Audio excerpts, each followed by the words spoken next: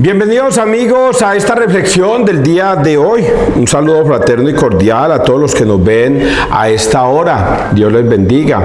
Hoy vamos a reflexionar mucho sobre la palabra de Dios. Hoy se está celebrando fiesta de Santiago Apóstol, patrono de España, solemnidad.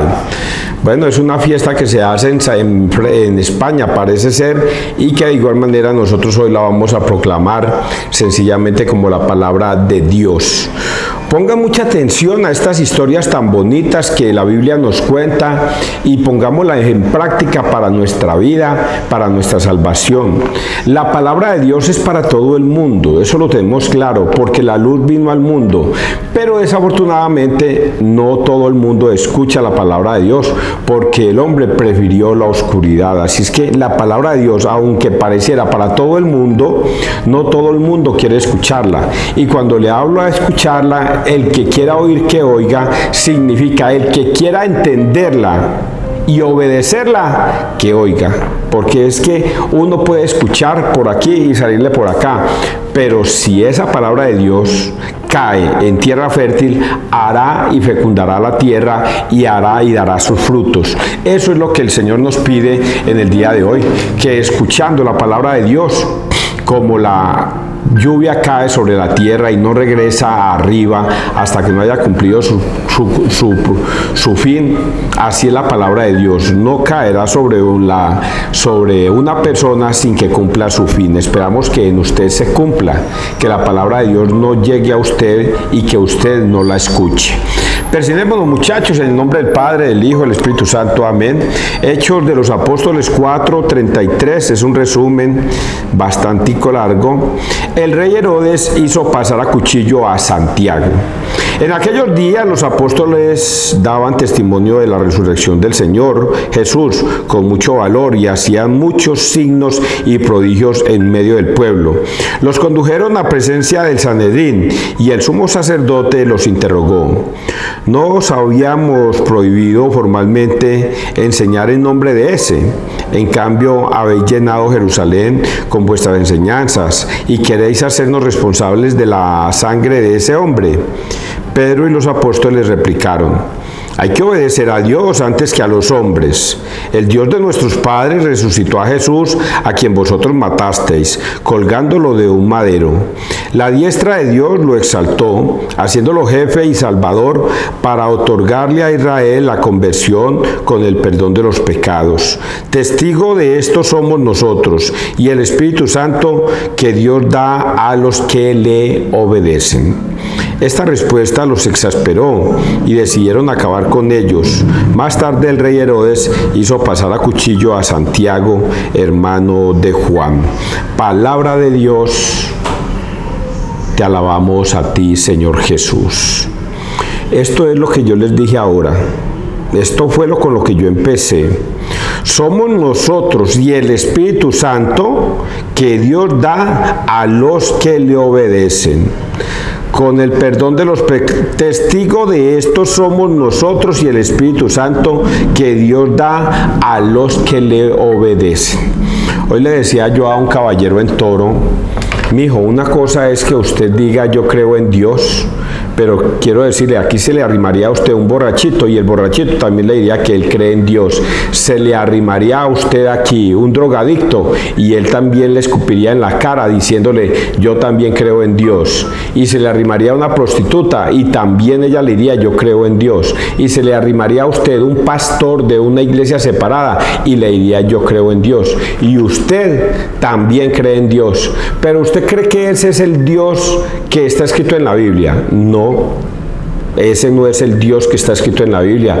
El Dios que está escrito en la Biblia es el que el Espíritu Santo da a los hombres y le obedecen. Ese es el Dios, no el Dios que uno pronuncia con la lengua y con su boca. Ese Dios no es el que el Espíritu Santo le da a una persona y esa persona obedece mandatos, preceptos, normas y decretos que el Señor instituyó en la tierra. No todo el que me dice Señor, Señor, entrará al reino de los cielos, sino el que obedece la palabra de mi Padre, la voluntad de mi Padre. son los que le obedecen. Así es que todos aquí, incluyéndome a mí, yo también creo en Dios, pero si no le obedecemos a Dios, nosotros no somos de Dios.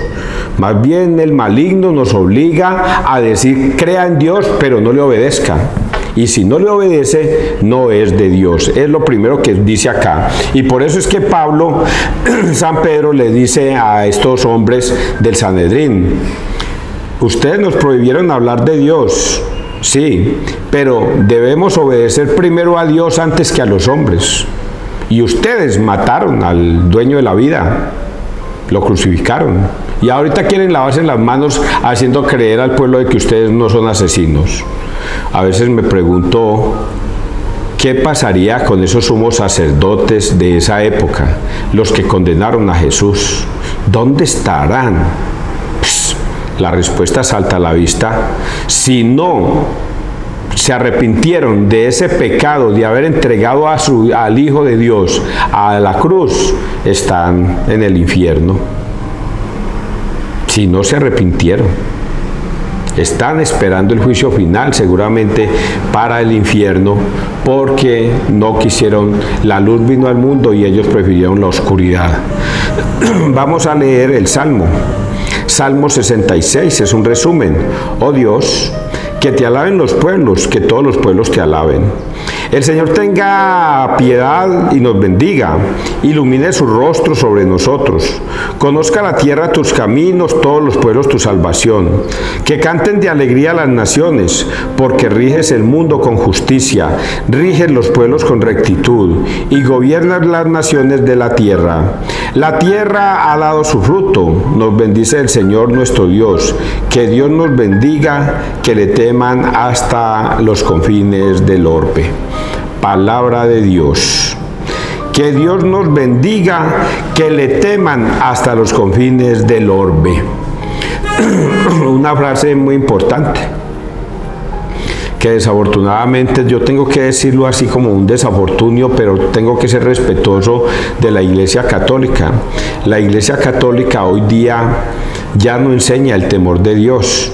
La Iglesia Católica por este tiempo se dedicó a enseñar la misericordia de Dios, y por eso es que el mundo anda tan atravesado. El mundo anda atravesado porque cree el mundo que yo, con tal de creer en Dios, yo ya soy salvo. Yo no tengo que ir a misa, yo no tengo que ir a confesarme con un sacerdote, yo no tengo que comer ese pan insípido, porque como yo creo en Dios y Dios es pura misericordia, entonces Dios me entenderá y me salvará. Y eso es una mentira. Pero como la Iglesia Católica se dedicó a enseñar eso, en vez de enseñar el temor de Dios, entonces hoy todo el mundo cree que va a ser salvo. Todo el mundo cree, los pastores, las iglesias separadas, todas creen que son salvos, todas, porque creen que Dios, ese Dios, es un Dios misericordioso, lento a la ira y rico en clemencia para ellos. Y resulta que ese Dios que está en la Biblia no es ese Dios que todo, y la Iglesia Católica, vuelvo y lo digo con todo el respeto del mundo, está predicando. Que Dios es lleno de una infinita misericordia, pero no enseñan el temor de Dios, que es que el que no haga la voluntad de Dios no será salvo. El que no haga la voluntad de Dios, Dios no lo llamará a la vida eterna. Ese temor de Dios, que si yo no le obedezco a mi Señor en su palabra, en su doctrina, en su iglesia, yo no seré salvo. Así usted aleluye, glorifique, alabe, haga milagros, profetice, arroje demonios. Si usted no le obedece a Jesucristo en su palabra, en su doctrina, en su única iglesia, usted no será salvo. Y eso le falta a la Iglesia Católica. A lo mejor sí lo dicen, pero lo dicen de una manera muy tenue los sacerdotes.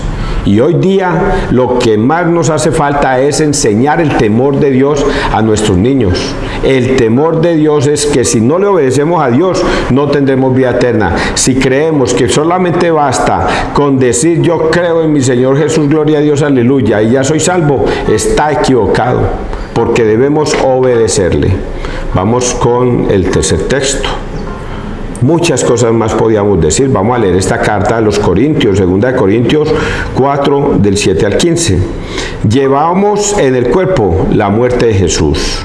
Hermanos, el tesoro del ministerio lo llevamos en vasijas de barro, para que se vea que una fuerza tan extraordinaria es de Dios y no proviene de nosotros.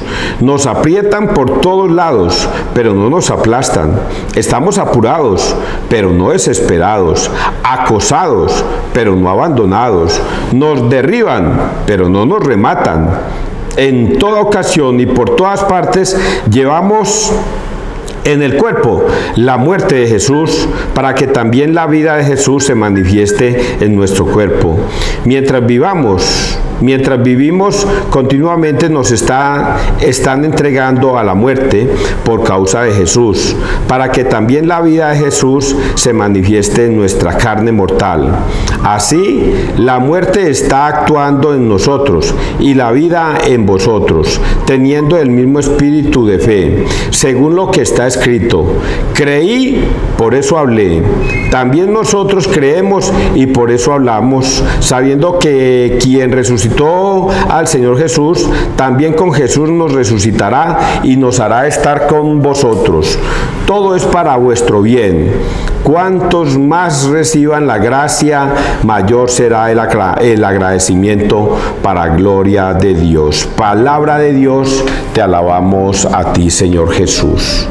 Resumen: Pablo le dice a estos personajes corintios que mientras permanezcamos en Cristo, anunciando la verdad y obedeciéndole, somos de Cristo, pertenecemos a Cristo y nuestra vida vale con Cristo. Si Cristo murió en la cruz, nosotros moriremos con Él, pero la gracia está en que Él resucitó y también nosotros resucitaremos con Él. ¿Qué debemos hacer? Obedecerle a Cristo, permanecer con Cristo. Esta vida es insignificante. Nuestro ministerio de salvación lo llevamos en vasijas de barro, porque no nos glorificamos a nosotros mismos, sino que glorificamos a uno más grande, que es Cristo, que es un gran tesoro, y ese tesoro nadie nos lo podrá arrebatar. Podrán quitar nuestros cuerpos. Por eso es que esa parábola que dice: no tengan miedo de los que matan el cuerpo, pero nada más pueden hacer. Ténganle miedo al que es capaz de matar el cuerpo y arrojar el alma al fuego. Ustedes son míos, son de Cristo, y todo el que se sacrifique por mí, yo lo anunciaré ante mi Padre. Pero el que se avergüence de mí, yo me avergonzaré de él ante mi Padre. Así es que ustedes sean signos de salvación, sufriendo lo que haya que sufrir. Por eso Santiago termina pasado a cuchillo por Herodes, porque se confiaban en Cristo Jesús, que era la verdadera alegría. Por eso es que Pablo termina diciendo en frases como: si yo vivo, vivo para Cristo, y si muero, muero para Cristo. Vivir para Cristo, morir para Cristo, esa es la verdadera ganancia. Y algunas personas creen que la verdadera ganancia es aquí en la tierra, y resulta que no. La verdadera ganancia es servirle a Cristo, obedecerle a Cristo. Y vamos a leer el Evangelio para que veamos que el Evangelio nos remata esto que estamos diciendo. Dice Mateo 28: mi cáliz lo beberéis. En aquel tiempo se acercó a Jesús la madre de los Zebedeos con sus hijos y se postró para hacerle una petición. Él le preguntó: ¿qué deseas? Ella contestó: ordena que estos dos hijos míos se sienten en tu reino, uno a tu derecha y el otro a tu izquierda. Pero Jesús replicó: no sabéis lo que pedís. ¿Sois capaces de beber el cáliz que yo he de beber? Contestaron: lo somos. Él les dijo: mi cáliz lo beberéis, pero el puesto a mi derecha o a mi izquierda no me toca a mí concederlo, es para aquellos para quienes lo tiene reservado mi Padre. Los otros 10 que lo habían oído se indignaron contra los dos hermanos, pero Jesús, reuniéndolos, les dijo: sabéis que los jefes de los pueblos los tiranizan y que los grandes los oprimen. No será así entre vosotros.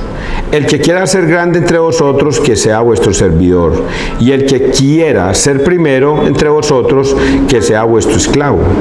Igual que el Hijo del Hombre no ha venido para que le sirvan, sino para servir y dar su vida en rescate por muchos. Palabra de Dios, gloria a ti, Señor Jesús.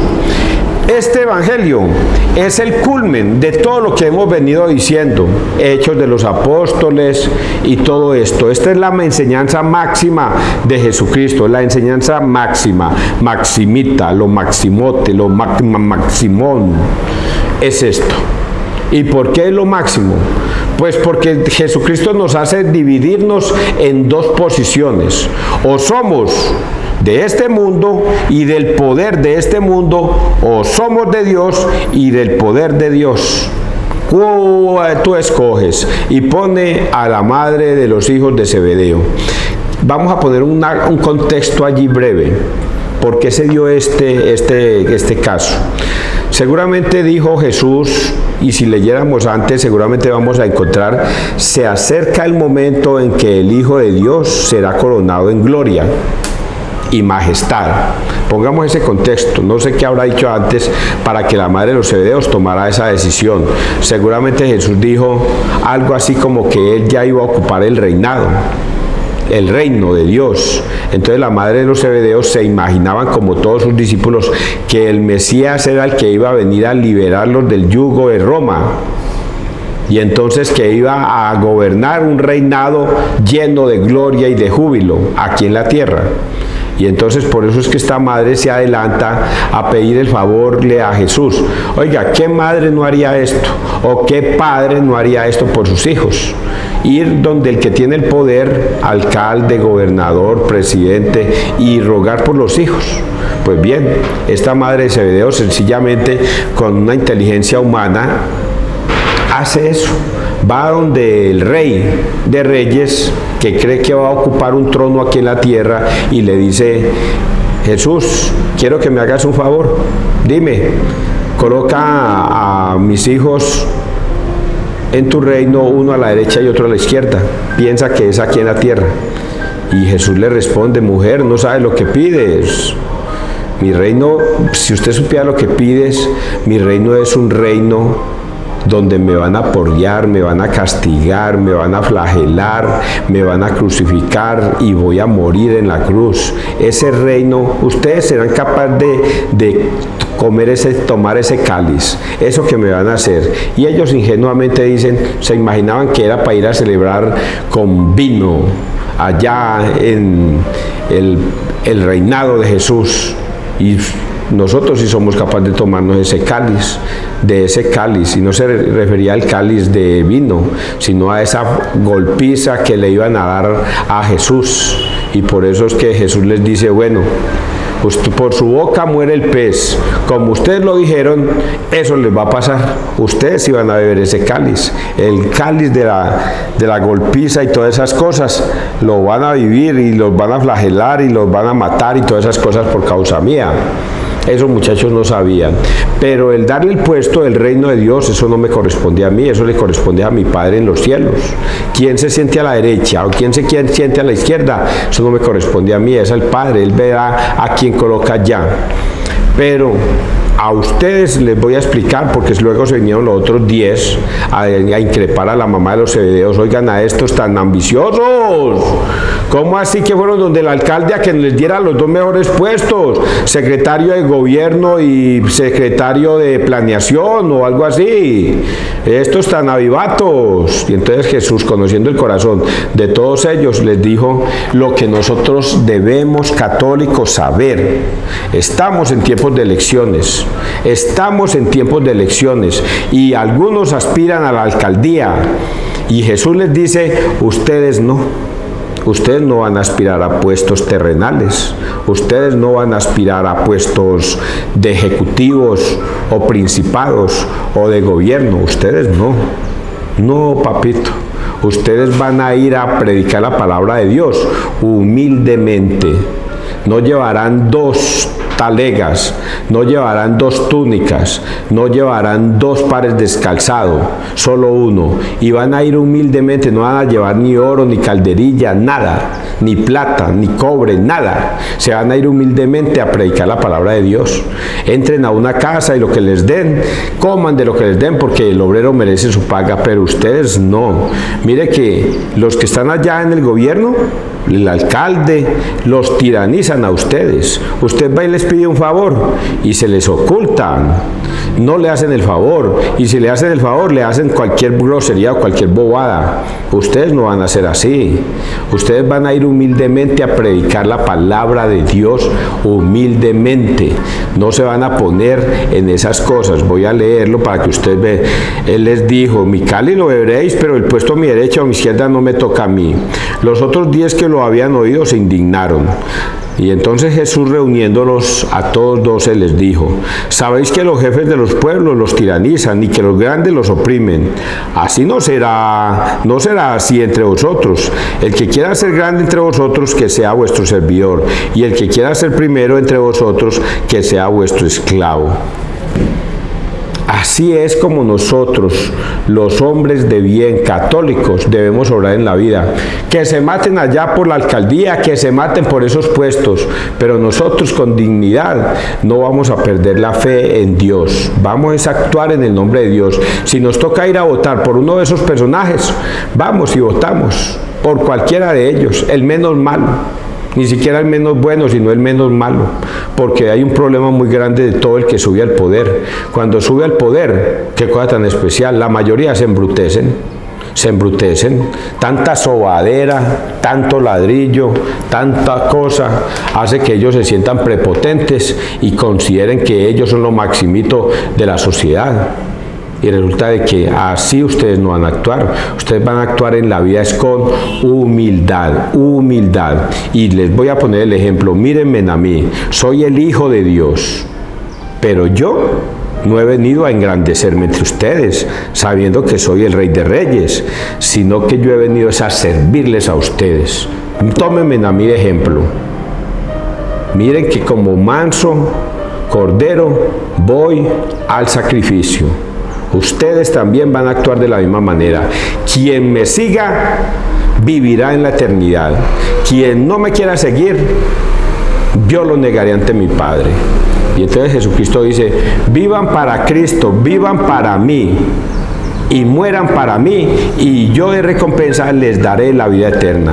Por eso hoy nosotros no estamos aspirando a cargos públicos, no estamos aspirando a cosas grandes, estamos aspirando es a que la misericordia de Dios nos toque y que el día que tengamos que morir, muramos en paz.